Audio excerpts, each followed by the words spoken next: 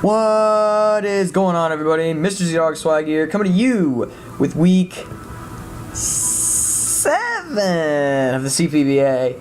And today we are giving ourselves a post-com against maxmaster264, big rival of mine in the CPBA. He's been a rival since last season. I don't know if he played season 3. I feel like he did, but I'm not quite sure. But in any case, we have been rivals ever since our week 15 matchup. I believe it was against him, and I hacked him out with my Jolteon. And as you can see, I still have Jolteon.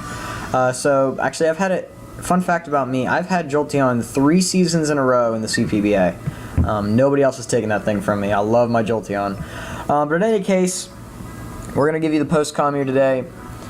He's also being He's also has a co-coach in Bronson, so they've been kind of teaming up together and trying to win this thing. They have a really good record. I think at this point they're like 5-1, so a really good team. So hopefully we can pull out a win. I'll just give you a gist of what I got coming. We got a workup Jolteon. We got Thunderbolt, Volt Switch, and HP Ice. We got a Suicune with Toxic Scald, and then a Rest Talk set. We also got the Chesto Berry on that. We have these two mons, Mr. Mime and Ambipom, go hand in hand.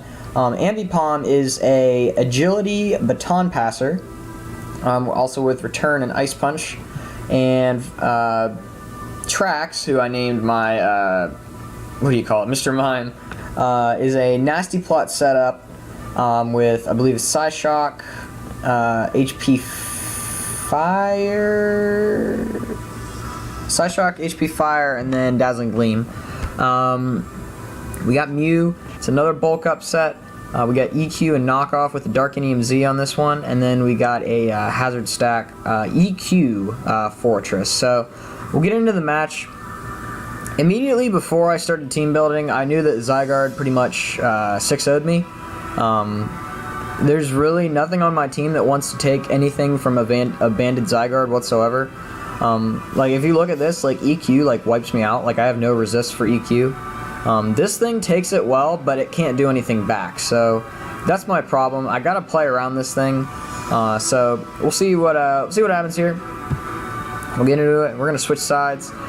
So immediately I knew he was going to lead off with this because looking at my team, if he gets Sticky Webs up, he's in a really good position. So I'm deciding that what I should do here is just go into Suicune, and if he sets up Sticky Webs, then worst case scenario is that I'm into Fortress. And the other option he has is to Spore.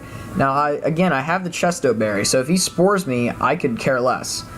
So immediately right off the bat, I'm just going to fire off a Scald and try to get this thing out of here. He does go for Spore, as I expected, and I go for Scald, and it does look like it's a roll to Tuco. He goes for Spore again, and I read this, and I go for the Sleep Talk, but unfortunately I get Rest. Now, had I got something different, whether it be like Toxic or Scald in that one, then I might have actually had a better chance to be winning at that point, because Sticky Webs would have forever been off my side of the field.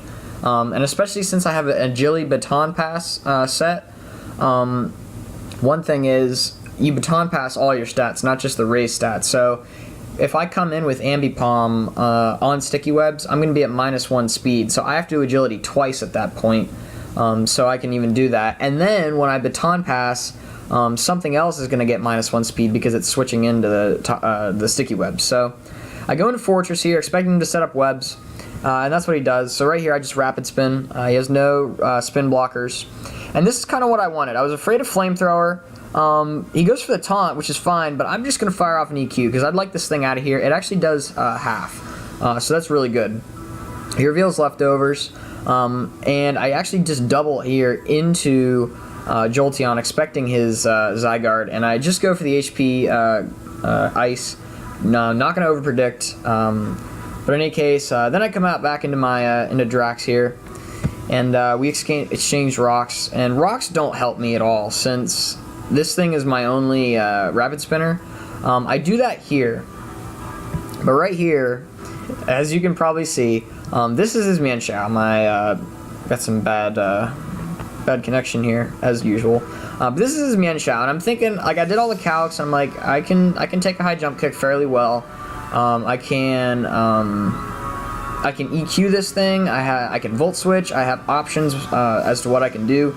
But he fires off an HP fire and takes out my only rocks setter and or remover. So not good there. Really good prep on his part. I think like the next week he brought like an HP ice Mienshao against like a Landers team, which was really cool. So but anyway, really good prep on his part. As you'll probably see throughout this match, like his prep is like absolutely perfect. Like there's nothing on his team that shouldn't be here. This Skuntank, which I wasn't expecting too much, did its role. This Miltank did its role. Mienshao obviously did its role here. So I go into here, and I go for Volt Switch, and actually takes it out. I actually wasn't expecting that. I just wanted to get a free switch into something. I figured he might switch out into something. But I figured this is the best time as ever, because Sticky Webs are not up. And right here, I actually just decided to Baton Pass, just in case I got parried. And this is my Suicune. So he goes for Body Slam, and I'm still asleep. So I want to, I pretty much am wanting to get some damage off. Had I hit that Scald, it might have been a different story, because he wouldn't have been able to defog, and that's a big, big thing for him. Rocks would have been up on his side of the field for good had I got Scald there. So kind of upset that I didn't get it there. He does defog it away, and I actually wake up not expecting to wake up first turn. So that really stinks. I was not happy about that. So I just kind of wasted a turn there. And then, as you can see, it does a decent mount. I don't know if it would have killed. I think it was a roll based on my calcs. But in any case, that's 2 turns that were wasted. So if I would have hit Scald right here, let me just go back and see what percentage he was at. He's at 47%. So if I got double Scald, essentially I could have taken this thing out. I mean, I don't think it really matters too much. He gets an extra hit off on me, but it really doesn't matter too much. I mean, I could have got a burn also, but it's whatever. Sleep Talk did not like me in this game, and that's pretty evident early on, and it'll get more evident later on as well.